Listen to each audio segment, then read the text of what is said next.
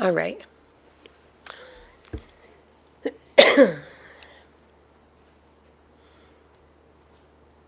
I don't know if that light's as light as it should be.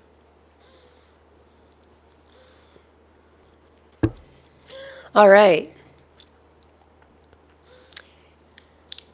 Somebody give me a thumbs up if you can hear me.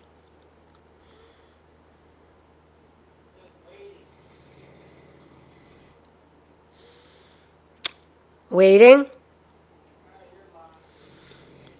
All right. It is 5 o'clock. What's that? It's 5 o'clock on Saturday, the 8th. And some things have come to my attention, so I thought it would be fun to go live and clear up a few things. So, all right. So, something that's been really interesting the last week or so. Now, maybe nobody told me before. Maybe I don't know, not too bright and I just didn't know. But people have been zooming in on my lives and saying things, and then they come back and they comment to me about various things, whether it's my home or what they see in the background, or sometimes, it can be almost about anything. But I was a little surprised to hear today that, people are paying attention on these YouTube lives. And I think that I am going to discuss some stuff about dogs here in a second. But the funny thing is for the most part, I really didn't think anybody pays attention to me. And so in between litters, having litters of puppies, I need to go live on either my Facebook page or the YouTube channel to keep my breeding program relevant. That's the truth. So that is that is the truth.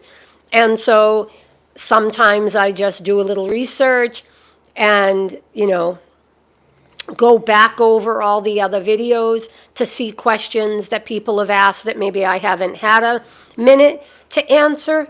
And so I was surprised today to find out that people are actually paying attention to the lives. And you want to hear some of the fun things that I get comments about? So sometimes it's Patton is too fat. They think he's fat. They don't realize that's just the size of the Mastiff. Or what else was it? Somebody asked me, Patton has an adhesion on his left back leg. And one day he was in the outside kennel about a year ago. And one of my females that I had getting ready to breed was aggravating him. And he laid down to just sort of let her do whatever, because he's really a gentle giant. And he stuck his foot, his left back foot, through the chain link fence right here. And anyway, I didn't see it happen, and he had been there for a moment, so it made a cut on his leg, and he wound up getting a couple of stitches, and it made an adhesion. So if anybody's watching videos with Patton on them and they see the black thing on his back leg, that's what it is. He got his foot caught.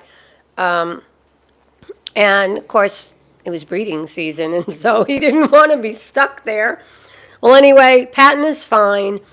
For those of you that think he's too big, then you haven't seen his father, Cosimo, in Italy. Cosimo has won everything, including Crufts in England, multiple times. So there is a very big difference between American Mastiffs and Mastiffs bred in Italy. The Mastiff, the English Mastiff, originated in England, right? And 50 years ago, Massimo Antocci took them from England into Sicily. And it is just what you think when you hear of, Massimo going into England and importing these beautiful Mastiffs into Sicily. He then dedicated the next 50 years of his life educating people, showing and weeding out anything that is not beneficial to the Mastiff. And that means that not every male and female should be bred. And so people get a little upset sometimes when I say purebred does not mean well-bred. Just because the parents of a puppy are AKC registered does not mean that they are purebred. I mean, that does not mean that they are well-bred. They may be purebred, but they are not maybe well-bred. The only way you can get well-bred dogs is by consistent generational genetic testing. What do I mean by that? I mean the parents of your puppy, the grandparents of your puppy, the aunts and uncles and cousins of your puppy are genetic tested. And see, a lot of breeders say the parents are tested and hips, elbows, and patellas. I would say, prove it. Show me. Show me the paperwork. Show me the genetic testing. Because actually in our kennel, not only, I hate to say kennel because it's a home, but with our dogs, the parents of your puppy are all genetic tested. But then it's very easy because I can look right on Antonio's website that I have access to, and I can show you and prove to you that all the aunts and grandparents, aunts and uncles, great-grandparents of your puppy are all genetic tested.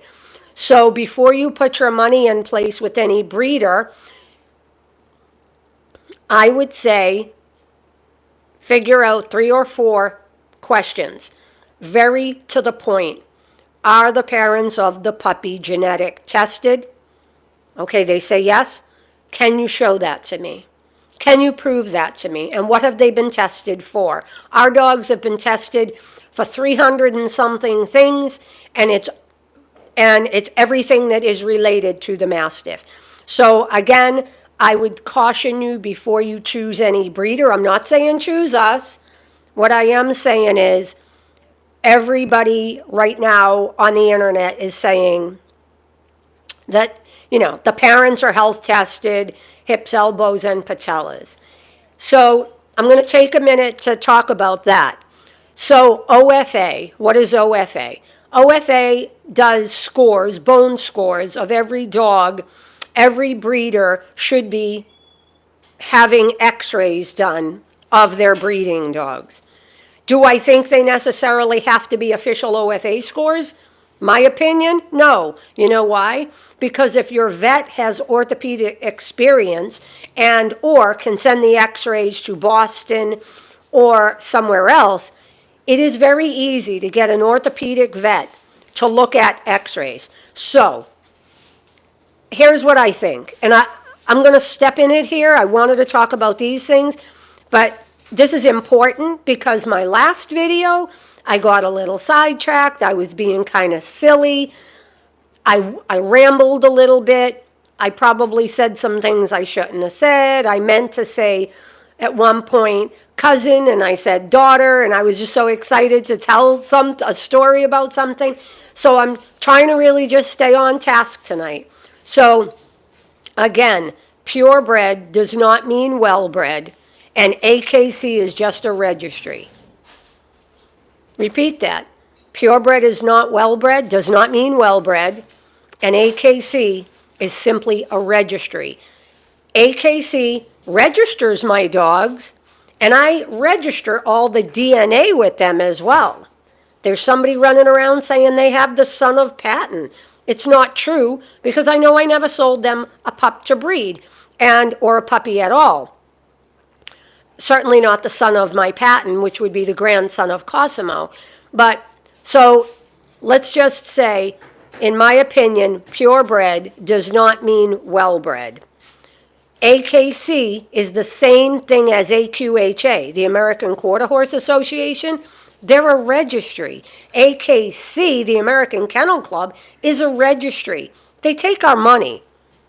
And 1800 and something, 1896 or something, they, began AKC, and everybody wanted to be a part of it. And that's a wonderful thing. But just remember, when somebody tells you the parents of your puppy or your puppy is AKC registered, it means nothing.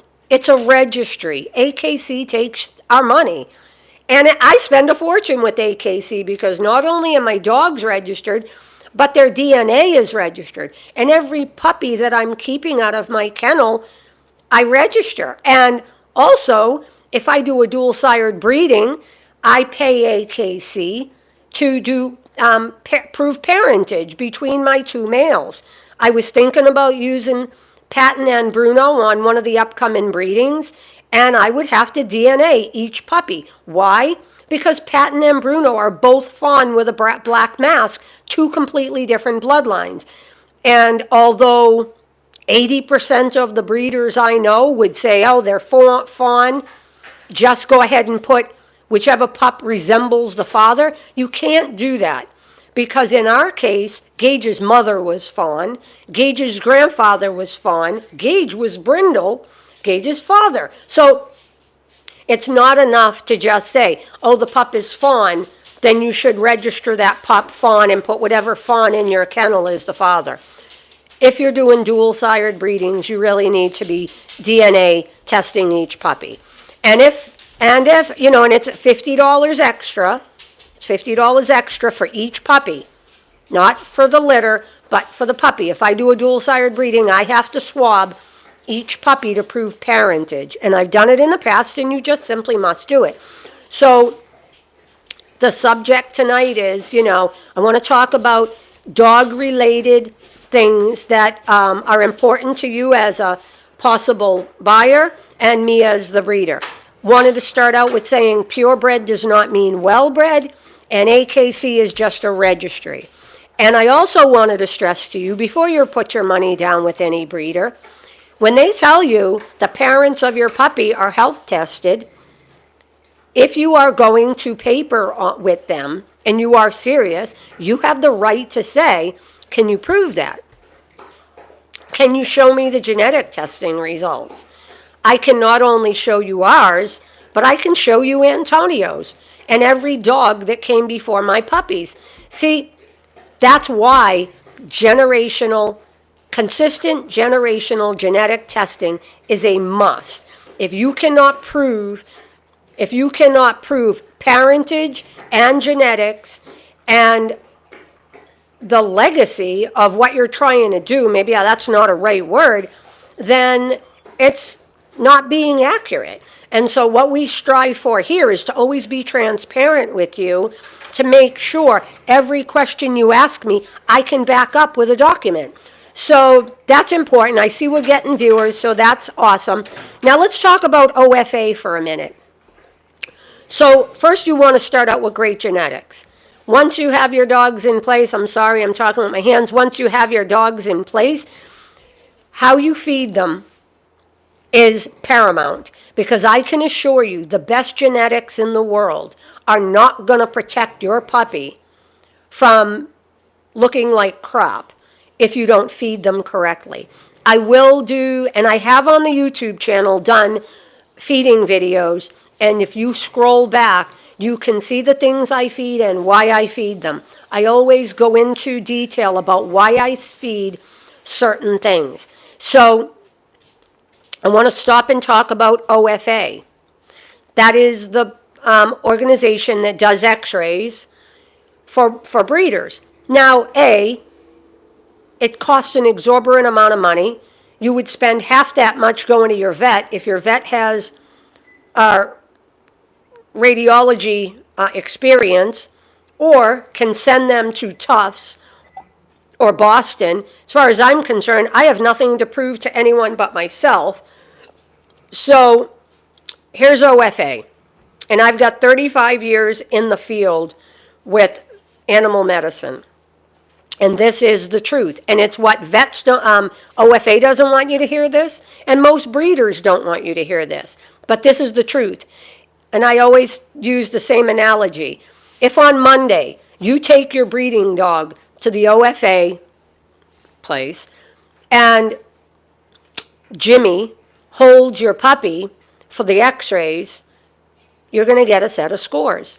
And you come away from your appointment and say, great, I have scores. Now I can feel good about going ahead and breeding.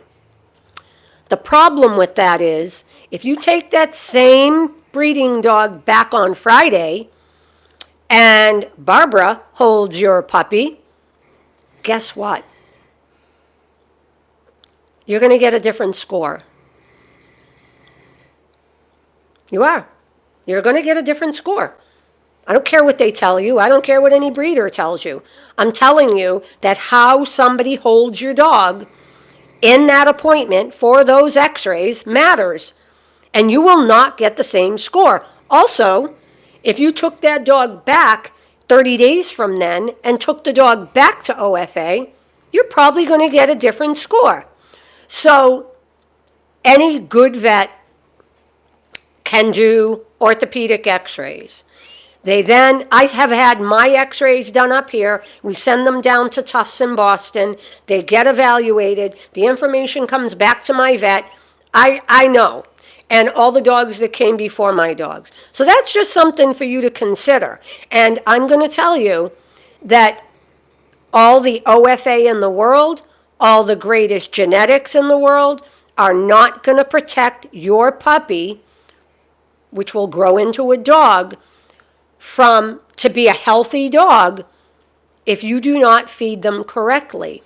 So we're going to talk about nutrition. Now, most vets in the United States will tell you, go home and feed your puppy 1 cup, 1 cup, and 1 cup. Some tell you 2 cups, 1 cup, and 2 cups. Guys, a cup is that much. Come on, a cup is that much. What is a puppy going to do with that? I have my clients call me all the time after they go to their 10-day wellness exam and say, the vet said, because it's a Mastiff and a giant breed dog, we really should keep them lean. What? Does your vet have Mastiffs? The bone density of a European Mastiff you need to have the body weight and the muscle to support the bone density. That huge chest, them huge shoulders, that hip. Do you want a wonky looking Mastiff? Before I sell anybody a puppy, we talk about genetics. Well, beyond are you ready, is your home ready, and the people in your life. But we discuss genetics, nutrition, and it doesn't cost a fortune. It does not cost a fortune to correctly feed a Mastiff. It takes a little time. But I can promise you, if you took a puppy home right now out of, say, Kiana and Patton, and you take that puppy home to, let's just say, New York, where most vets will tell you 1 cup, 1 cup, and 1 cup, or 2 cups, 1 cup, and 2 cups, don't. Before you go to contract with me, before you remove a puppy from my possession, I want you to understand the bone density of these Mastiffs. So if you look at my clients' dogs, all the puppies they got from me over the years, they are carbon copies of their parents. Why? Because they understood my nutritional plan. They listened to me. You know, they're healthy, they're active, and so that is sort of a prerequisite into buying a puppy from us, is are you going to feed that puppy correctly?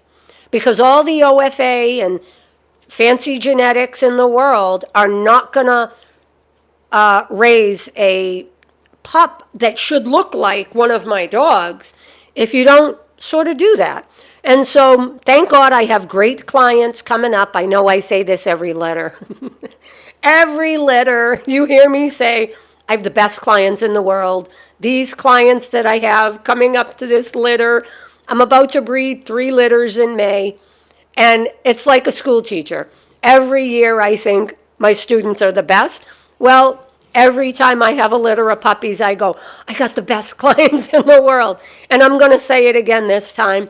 I really, I get, in the course of a 6-month period in between breeding, I get probably 50, 60 calls about puppies. And I have to discern, I'm not going to have 50 or 60 puppies. So I have to discern which home, which person do I get the feeling about, that they're serious, that they understand, I know what I'm talking about. Let's bounce stuff off each other. I want to hear what you know, and then I'd like to tell you what I know. And we can find a happy medium. The clients that I have right now for the upcoming 3 litters, and there will be pups available. There will. If all 3 girls get pregnant, there will be probably some pups available. It all starts with a phone call. I need to know if you're ready. I need to know if are you renting an apartment, or do you own your own home? Is your backyard fenced in?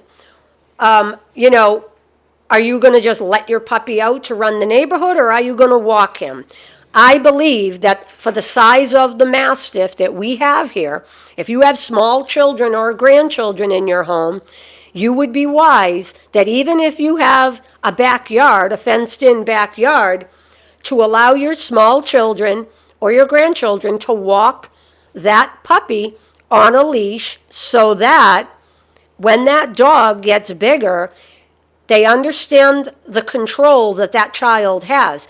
When my grandbabies were here with me, I always made sure that I desensitized my dogs. Does this hat look goofy? I feel like I look like a thug. I don't know. I feel like I look goofy tonight. But anyway, when my grandchildren were small and they would come here, they would help me socialize and desensitize each puppy. Patting their head, patting their ear, touching the ear gently, touching the mouth, touching and rubbing the tail. When food would go down, putting their hand on the bowl. We do extensive training from birth to 9 weeks. And listen, puppies learn from the moment they're born. So if you have small children in your home or your grandchildren, even if you have a fenced-in backyard, I recommend you leash up your puppy and let your children or grandchildren walk your puppy every day or every other day or whenever you have them, even if you're on a farm or way out in the country. Why? Because maybe that child will be walking that puppy at the park. And that puppy, what you should be teaching that child is walk, stop. Walk, stop. Maybe stand, sit. We'll talk about training methods as we go along with these videos, but it's very important to allow the small children in your home. Maybe it's your grandchild, maybe it's your niece or nephew, maybe it's your neighbor's child, and that's another thing that's important. When you bring a Mastiff pup of ours home, we like you to introduce them to everybody that you want to be able to walk in your home or your backyard unannounced. I think I said uninvited on the last video. So I misspoke sometimes. I'm sorry, but it's important. You get your puppy home, you socialize. And so the puppy understands. So let your children and grandchildren walk them.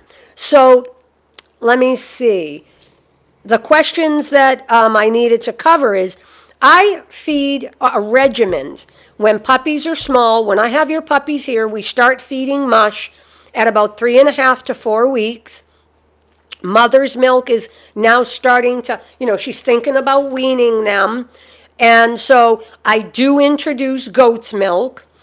And so as mom is starting to make them a little more independent of her, we do where we feed mom in the whelping room with them. So they watch mom eat. They eat on their tray. Mom eats next to them. And then mom goes out through the great room, out off the deck, and every puppy follows mom. So yes, we do potty train from 5 weeks to 9 weeks. We like every puppy to go home potty trained because we know that is one of the biggest reasons people are hesitant about getting puppies. And so the fact that we potty train is important to our clients. So nutrition, we believe you are feeding to arrive at an end result at 3, 4 years old, for that maximum, that when they stop growing. They will thicken up, but then, at about 3, they, some dogs will continue to thicken up, but I'm just saying, like, how you feed them as puppies. Remember what I told you, old Bob said, we get one chance to get it right. We only get to raise them once. So it's important that you know some of the foods you can feed that are human foods and some of the foods you should not feed. Onion, no good. Onion powder, no good. Any type of bits of onions, no good. It can put your puppy and your dog in renal failure. Also, if you're going to the beach with your dog, it's important you know that ocean water is not supposed to be drank. It also can put your puppy into renal failure. And if you're going to the beach or you're going hiking or on walking trails, you're far better off to bring bottled water. You bring it for yourself, bring it for your puppy as well. If you feed your puppy, allow your puppy to drink ocean water, it can do a lot of damage to the kidneys. It can put them in renal failure. Also, streams up in the woods have a lot of minerals. Native Americans believe that streams up on trails have tons and tons of minerals, beneficial minerals. So just know if you take your puppy to the beach and he's drinking ocean water and then starts, having loose stools or maybe blood in the stool, that's what it is. Ocean water is not meant to be drank. So you're better off if you take your puppy, with you out, and I'm glad that you do, bring bottled water because it's so much better for your puppy. There is a video on YouTube that I frequently post in the summer on my dog page. I have saved it. It's a veterinarian that locks himself in a car in not even the heat of the summer. It's like in the spring. I think he says it's like spring. And he shuts the car door and he has a thermostat thing. Thermostat, right? Did I say that right? After 5 minutes in the car, the temperature in the car, 8 minutes. And sometimes we think it's okay to just leave our pets in the car with a cracked window. But don't you know that the metal of your car heats up? The foam in your seats heat up. The carpets in your car heat up. A dog cannot sweat, and it is extremely terrifying for any animal to be left in a car. And it blows my mind how often people leave their children in a car. I see it, unfortunately, up here. It happens, and it floors me every time that people leave children in cars. So it's important that you maybe try to figure out what human foods are acceptable for your puppy. You certainly don't want to feed your puppy or dog onion. Not onion powder, not onion salt. It's not good for your pup. And for heaven's sakes, don't let your vet talk you into keeping your Mastiff lean. And so, the weights of my dogs are the weights that their parents weighed at the age my dogs are at. So socialization is extremely important with moderate exercise. Also, all the x-rays in the world will not prevent your Mastiff from having aches and pains at 4, 5, 6 years old if you are letting them jump in and out of a truck or be up and down the stairs, up and down the stairs. It's very easy to build a ramp. It's a little bit of a 2x4 with a little bit of plywood and maybe a little carpeting. I have a dog ramp that goes up to about 400 pounds, but I invested in one. You can find them at places like Martin's up in Maine. Yeah, if you're in Maine, go to Martin's. They have so much good and I'm not getting paid to say this. I don't get paid to promote any, well, that's not true. I do get a little something from K9P4.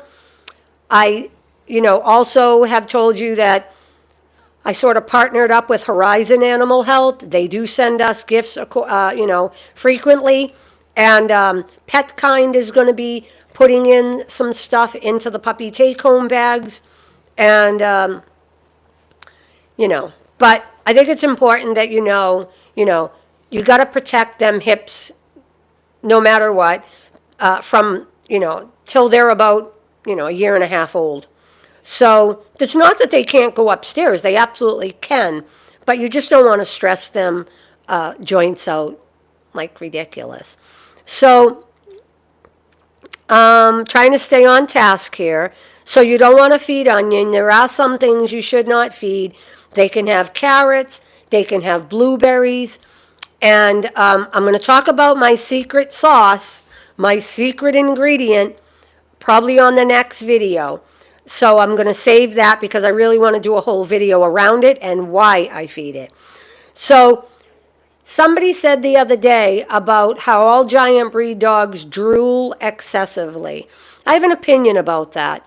I think, yes, the shape of their jowls, yes, if they drink, when they come up, of course, a little water is going to fall out. It's the same with a German Shepherd or a Lab. It's all the same. But I believe that the reason my Mastiffs don't drool like most Mastiffs is I think it's what I feed. I think that excessive drooling is the same as a child that has a milk sensitivity or a wheat sensitivity. It fills up their eustachian tubes. Their nose runs, they get sort of moist, their eyes get watery. So I think if your dog is drooling excessively, you might want to look at the type of food you're feeding, maybe the type of bowls you're using, could be even the laundry detergent that you're using. So we have a good regimen here. I like to stick to it. And my Mastiffs just don't drool like most Mastiffs. So I think, what do I have? 8? 6? 8? So, no, I think that a lot of excessive drooling is a sensitivity. It can be to food. It can be the type of bowl. Every other day I put the bowls in the tub and I throw in a few capfuls of bleach and then I rinse them out real good and I wash them with, Palmolive, a few drops of Palmolive. Then I rinse them real good. But I always make sure I get anything out of the bowls. I think once you get a system down, it's like having 3 kids. It just gets easier. So I have a system. Grooming a Mastiff is really easy because, well, I have my microfiber cloths. You guys know how much I love them. And I keep cloths on hand. And when they walk by me, it's like when your child walks by you with chocolate on his face. You just grab a cloth and you wipe the face up, right?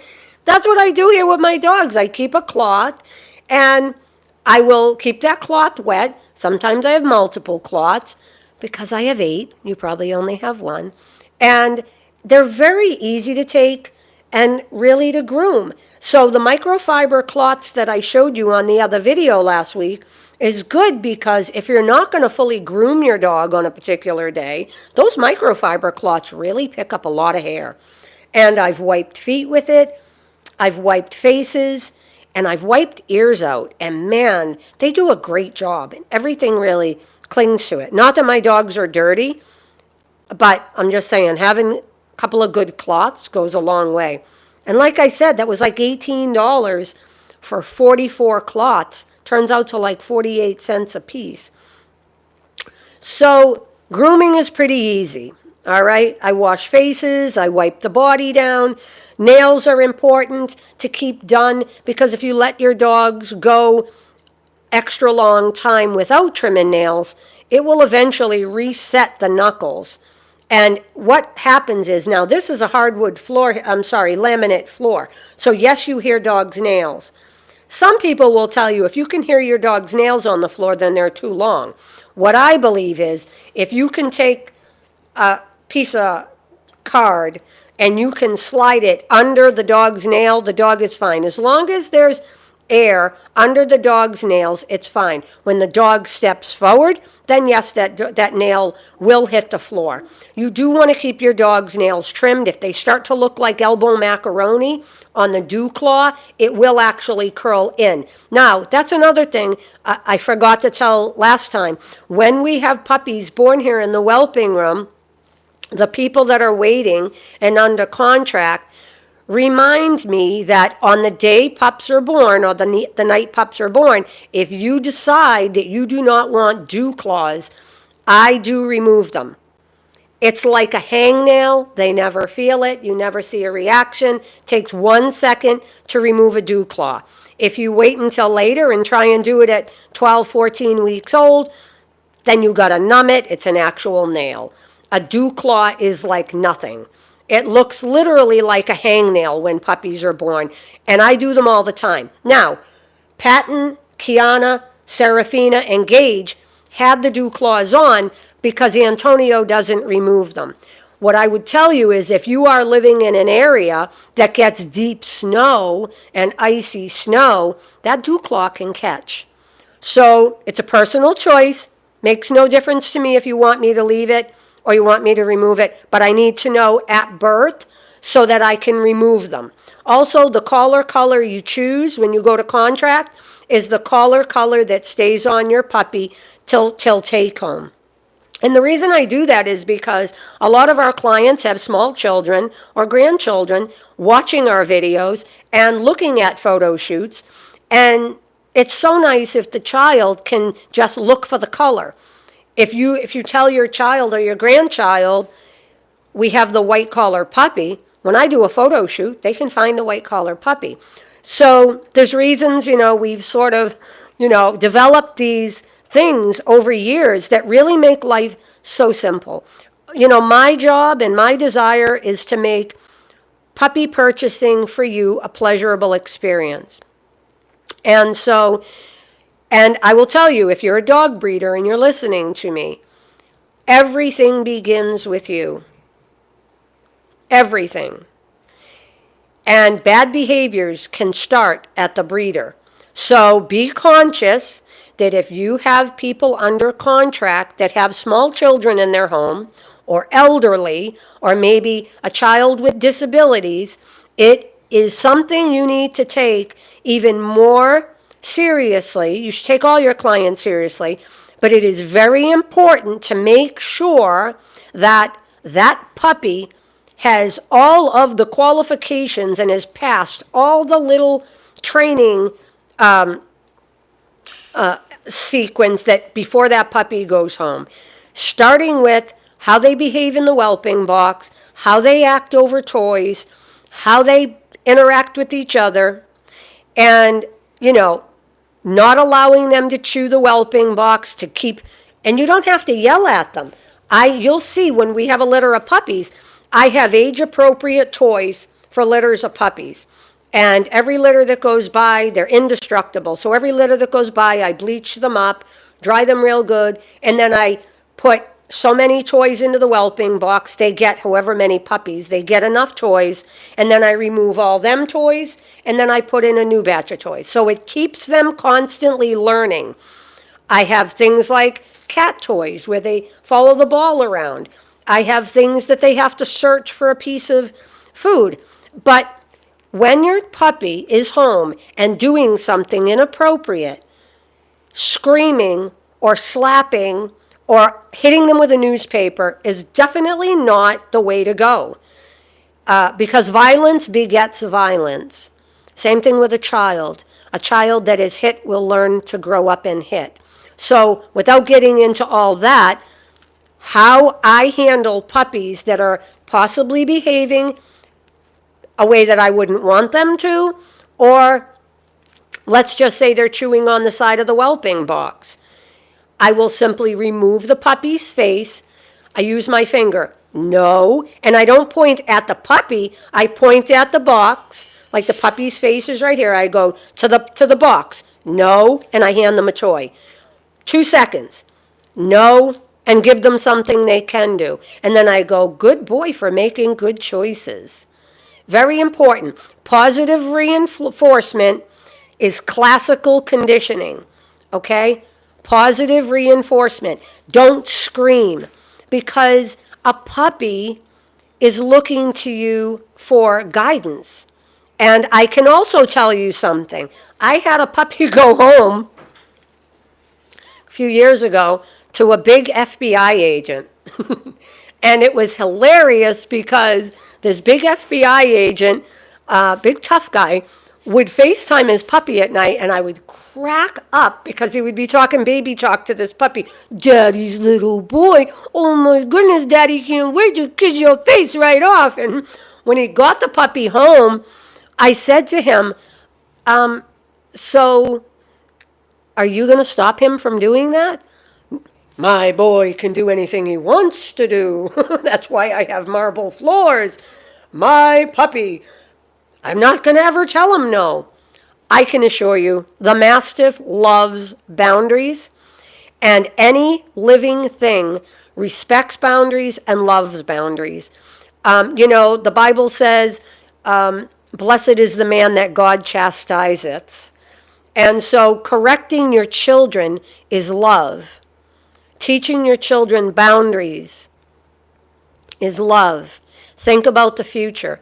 If you teach your child that anything they do is okay, or your dog, anything they do is okay, that child and that dog eventually will get themselves into trouble. Funny story about that FBI agent. I'm going to step in it here. Okay, so that FBI agent lives in a gated community in New York. I'm not going to say where. Well, I have to say where. He don't care because he shows the puppy off at all the barbecues, law enforcement barbecues and everything. I want to make sure I'm not getting the look to not say this.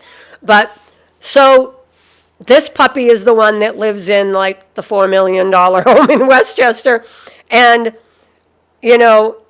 I would say to this guy, he has a son also. I would say to this guy, don't let the puppy do that. He would say, my puppy, Thanos. He named him Thanos. I called him Tank when he was a baby. That litter was all tough names. Knox, like Fort Knox, Tank. Anyway, he took the puppy home. We delivered the puppy to Westchester. And that dog became like a second son to him. And about, 6 or 8 months ago, I was going to get gas and my cell phone rings. And I did not know it was him, but he was laughing so hard that I hardly couldn't even hear what he was saying. He was hysterically laughing. And I said, oh my God. I looked at my phone. I realized who it was. I'm like, what the heck is so funny? And he said, I'm sitting in my driveway in Westchester, and Thanos is holding Hillary Clinton's housekeeper hostage on her SUV. I said, what? He said, Thanos, because everybody in the neighborhood loves him. He's the neighborhood watch program, this ginormous Mastiff.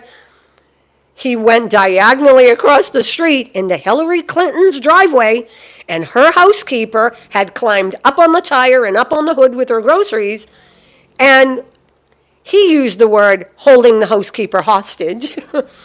It really wasn't, because all Thanos was thinking is, are you going to play with me? Hey, what's in those bags? Do you have any sausage? Do you have any pepperoni?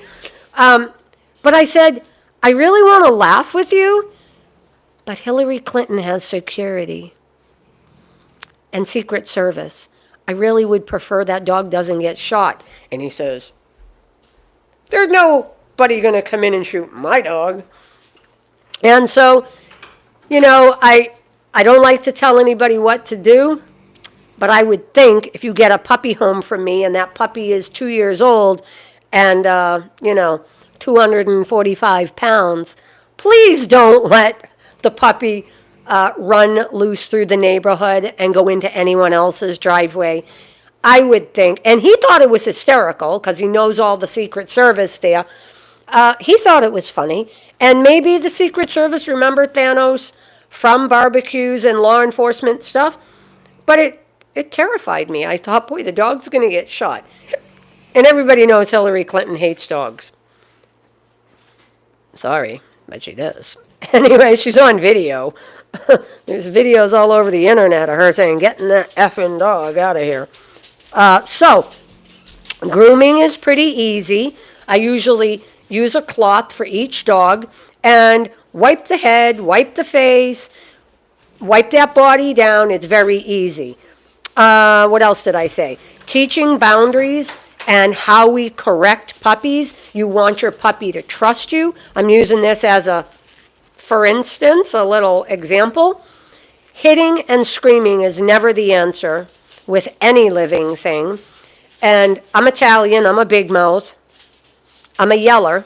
I was a yeller. We had a huge house, so yelling was the only way anybody would hear you. I know now that nobody wants to hear anybody yell. So I was a yeller. I was never a hitter or nothing like that. But yelling at your puppy doesn't teach them anything. I think puppies can be like children and will eventually tune you out. But having a toy that they can chew is a better, and I use, classical conditioning and positive reinforcement. When I videotape us potty training the puppies that are going to be born, I want you to see how I do it in all kinds of weather. If you look at videos on the Facebook page or on the YouTube channel of us potty training when it's blizzarding out, the puppy's going to be fine. It's okay. From 5 weeks to 9 weeks, a little snow's not going to hurt your puppy. We have heated towels from the dryer. It's like a relay. I go out in the snow. I stay with the puppy.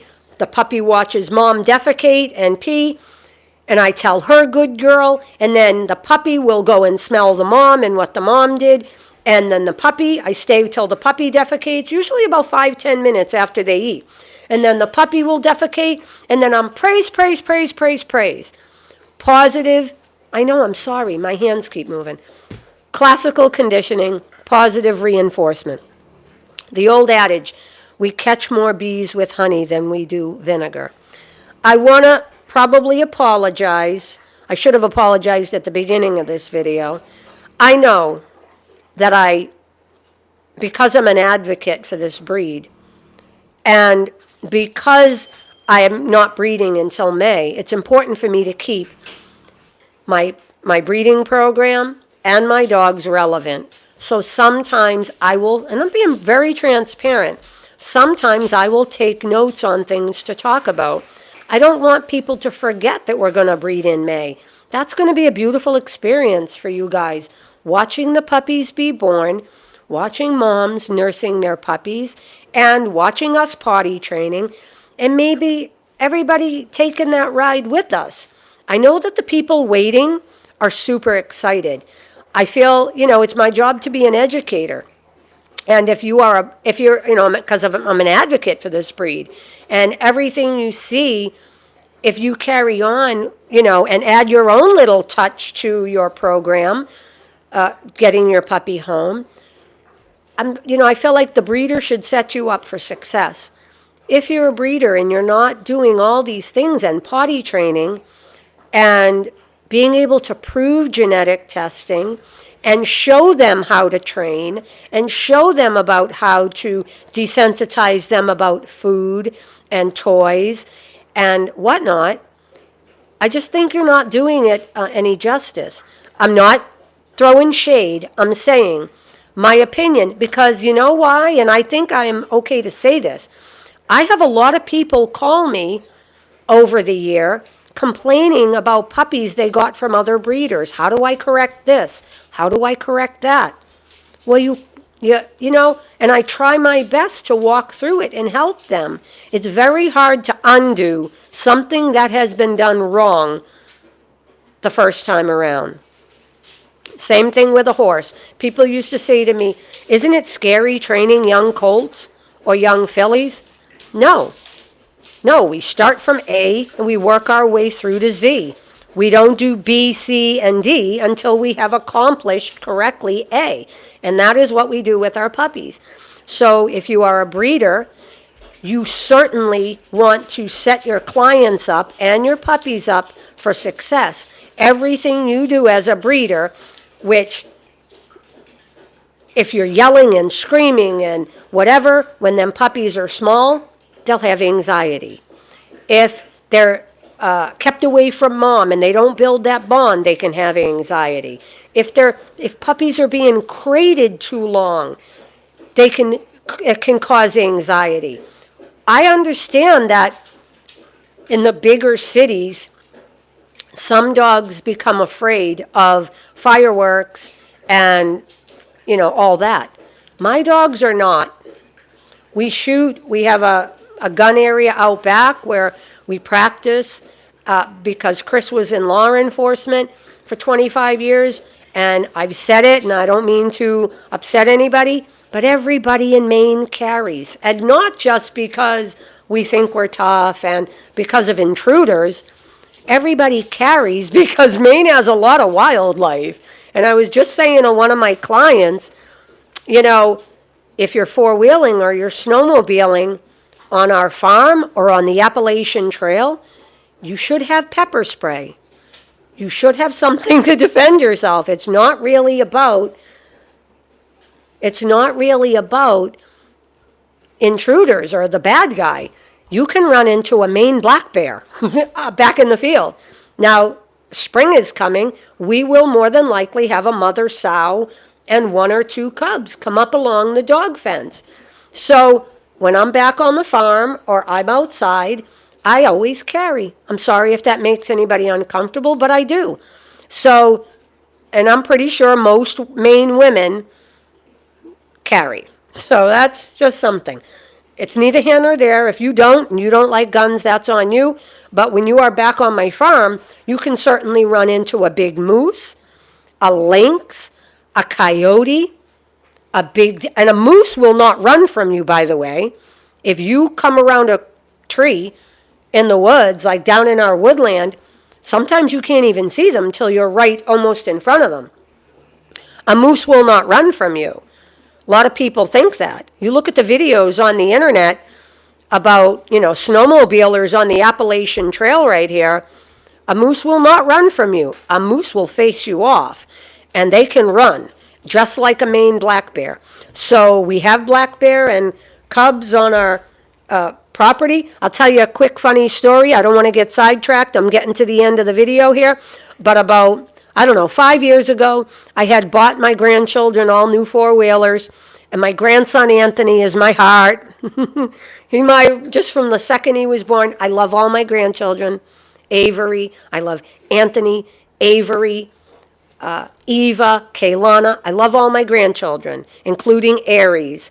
But had Anthony back in the field on the four-wheeler. I had a big Polaris 800 with the one-up seat. We were down back of the farm.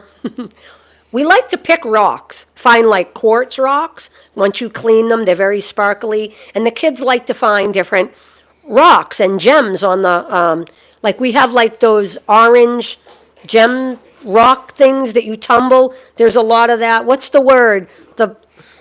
That rock that people find and then they polish it. Anyway, my grandson Anthony, we both have, we all have four-wheelers, but he was on back with me down back the farm.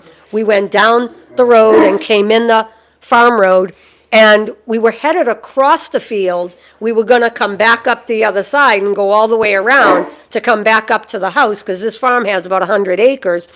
We got about a quarter of the way in, I don't know, maybe 200 feet, 300 feet, and Anthony goes, "Hey, Nana, what is that in the middle of the field?"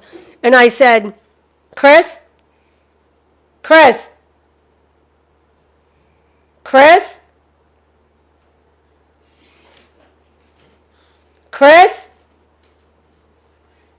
Maron.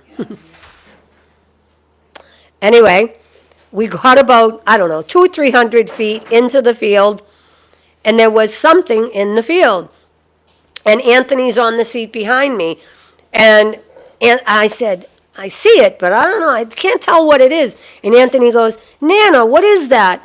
And I go, "Must be a boulder." And then very quickly, I thought to myself, this farm has been manicured for 50 years by the farmer we used to rent to. There can't be a boulder in the middle of the field. And then all of a sudden, we inched a little bit further. We're now about 20 feet from this thing, and this big mother sow stands up on her hind end, and the cub stands up too, sits back on its haunches. And I was like, oh my God. And I stood up on the pegs and I said to Anthony, lay down on the seat. Lay down on the seat. Nana's going to gently sit on you. So I'm sitting, I just wanted to hide him as much as possible. You know, from riding horses and jumping horses through the years, I got pretty decent leg strength. And so I was like this, kind of sitting on him. And turn that four-wheel, big Polaris 800, turn that big four-wheeler around, get out onto the road. The mother sow just sat there. I mean, didn't even run. She just sat there.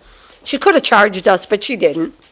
Anyway, we get out to the road. I want him to see the mother sow and the cub because he was right and I was wrong. And I said to him, by the way, never tell a child they can't tell something to their parents, by the way, first rule of thumb. But I sat there and I looked at Anthony and I go, okay, Anthony, when we get back to the driveway and Mommy comes to pick you up, whatever you do, don't tell Mommy that we almost ran into a mother bear and a cub. And he goes, all right, Nana, you're right. We better. He was like 7 years old. And he goes, you're right, Nana. We should never tell Mama that. I said, yeah, because she'll get scared. I said, pinky swear. So we pinky sweared.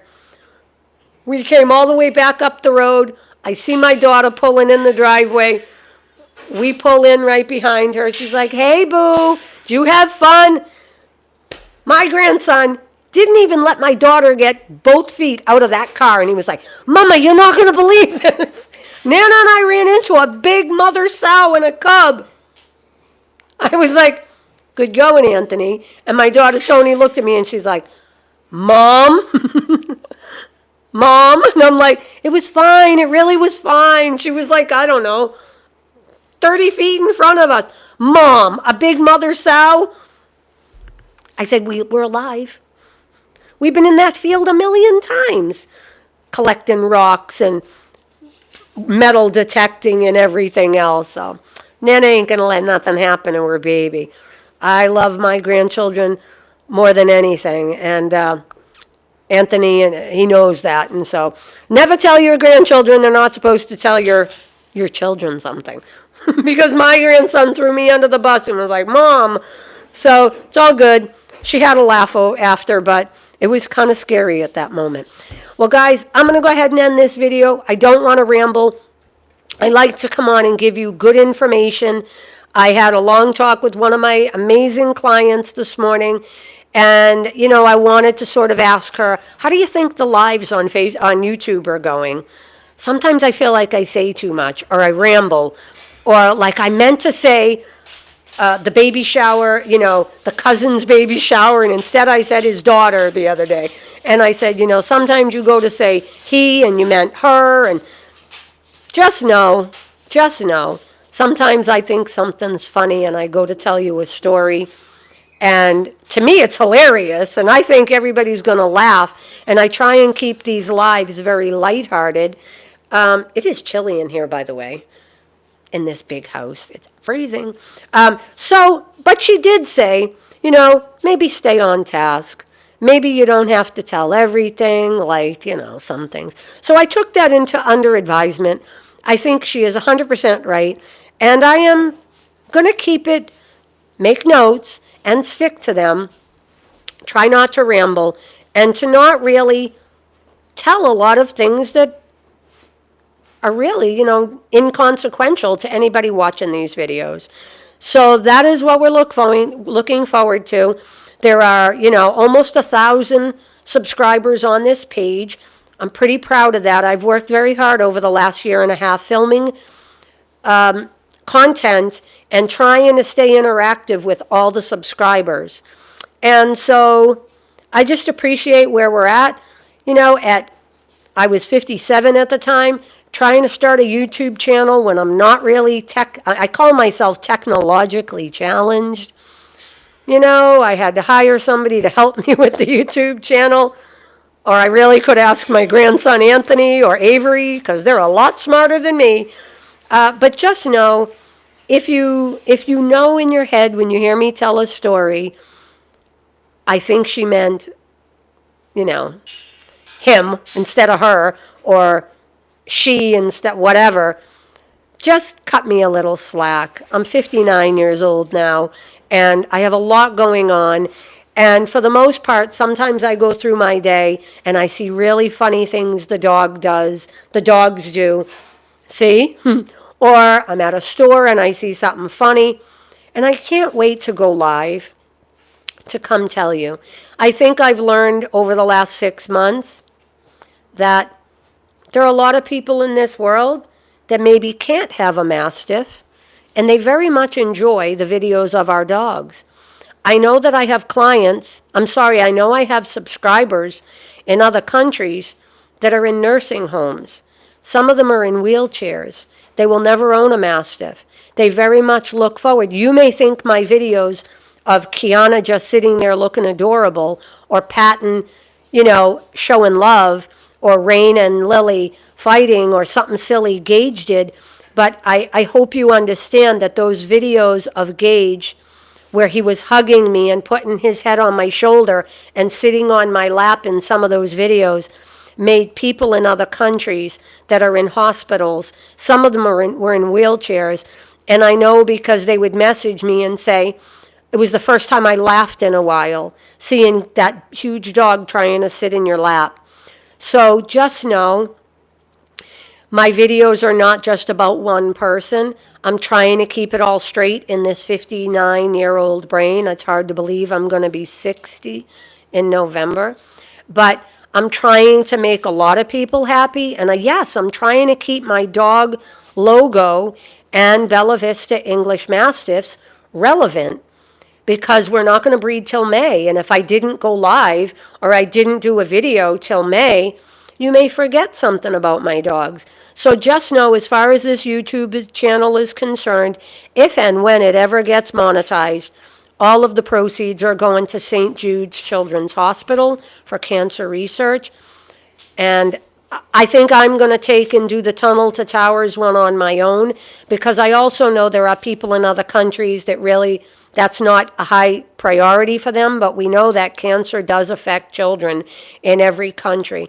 So I'm trying to be conscious of that. So if and when, a year from now or whatever, we ever do get monetized, the proceeds, 100% of the proceeds will be going to St. Jude's Children's Hospital for cancer research.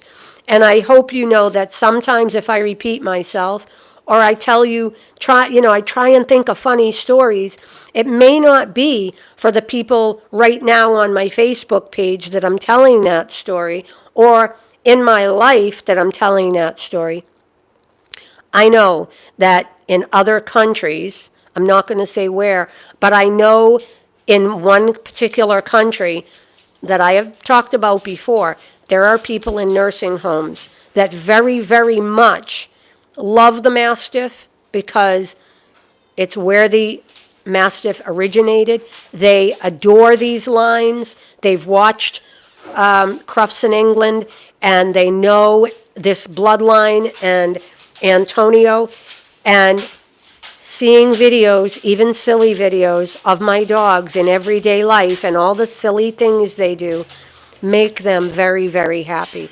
So I'm sorry if any one person thinks they're boring, or that I'm too much or over the top.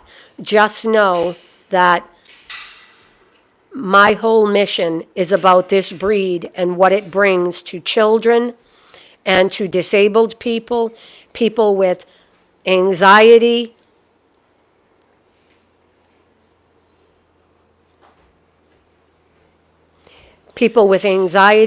PTSD, complex PTSD, and traumatic brain injury.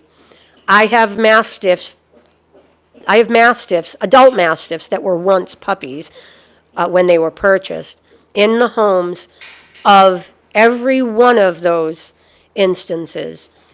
Nurses with anxiety, people that got injured during the riots, people with traumatic brain injury, children with inoperable brain tumors, children with autism, children with autism spectrum disorder, military members that came home different than they went. Just know that's who these videos are for. So I'm sorry if I'm not politically correct. I may say something wrong and misspeak. Just know that when I'm going about my day getting ready for a live, it's those people that I'm thinking of that very much need to hear my voice. Not that I'm anything great, but I connect them to these lines in this majestic breed. And once you see us whelp litters of puppies and what we do here, I don't know that there's too many other breeders that are doing really what we're doing. If they are, I would love to hear from you. And, everybody needs to get paid for something. I mentor people all the time. If you are a breeder and you maybe know that things could be better, maybe you need better equipment. Maybe you need to learn a technique. I had to instruct somebody last week on how to use a dealie trap correctly, how to use a fetal Doppler and a stethoscope correctly. I don't care about the money. I care about educating you so that you do it correctly, so that I'm setting you up for success. You are in turn setting your puppies and your clients up for success. I don't need to be known. I don't need a thank you. I feel good about that, So just know sometimes these videos are not just about any one person. For the person that asked about Patton's leg, he did that to himself. He stuck it through a chain link fence and it made an adhesion. That's all it is. I just was surprised over the last couple of days when I was told that there was a couple of women that, I don't know why, but were zooming in on my face. You don't have to do that. I'm old. I have gray hair. I have gray on top. If I don't wear makeup, I look like crap. You don't really have to zoom in on my videos. And one person said, I was telling my client this morning, talking to her, I had a woman say, you think you'd wash your floors before you did a live feed video. I was so hurt, like tears welled up in my eyes, but the truth is, the flooring in this great room goes all through the house and all through the bedrooms in every room. It's called Rustic Wood Medley, and it's sold at Lowe's. It looks like this. Hard to believe. It's like wearing acid wash jeans with holes in them. I actually bought this. I bought it. It seemed like a good thing at the time. I realize now it wasn't, because that woman thought I should be washing my floors before the video. Anyway, I'm going to end this video. Thank you so much for joining us. My number is 207-694-1200. If you need anything, if you want to know something that maybe your breeder's not telling you, or you feel uncomfortable asking your vet, I will give you whatever time that I can give you. We need to be building each other up, not tearing each other down. I'm nobody's competition, by the way, because what I'm doing, nobody else is doing. And I'm not doing what everybody else is doing. We all do something a little different. We can all be in the same dog world or breeding world and support each other and not tear each other down. I get very anxious over bad comments where somebody says, one person said something about my teeth last year. I brushed them, but I don't have perfect teeth. Another person asked me the other day why I didn't wash my floor first. It's Rustic Wood Medley. Look at it. Look at it on the internet. It looks like this. I actually did it on purpose. Just be kind. If you can't, your mother and your grandmother said, if you can't say something nice, don't say anything at all, because it does hurt my feelings. So with that, I'm going to close this video. If you have any questions or concerns, or you'd like to tell me something or comment, leave it in the comments. And just be good to each other. Be nice to me. I don't know. All right. You guys have a great weekend. We will chat again in a couple of days. Good night.